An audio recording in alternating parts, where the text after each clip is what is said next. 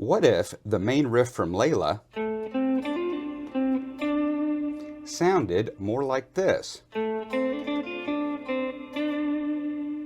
In addition to helping me see the fretboard as a whole instead of a bunch of little chunks of notes, the chairs also really help me with my flexibility and my efficiency, because even though the note layout may seem really confusing, it can actually work to your advantage. Let's say that we're making a riff or phrase or whatever, and we're just using 4 notes. Now, we're using scale degree numbers again instead of letters, but I will put the letters out to the side.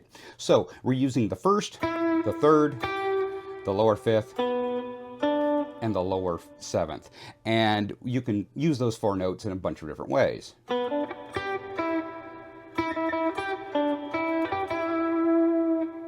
But it just so happens that these are the same scale degree numbers that Eric Clapton used when playing his main riff for Layla.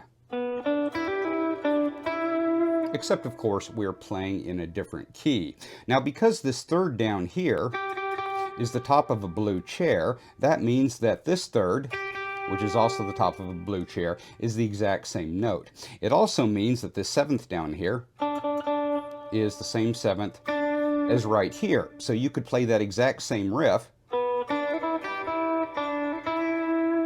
but of course it's going to sound different because you're playing it over 3 strings instead of 2.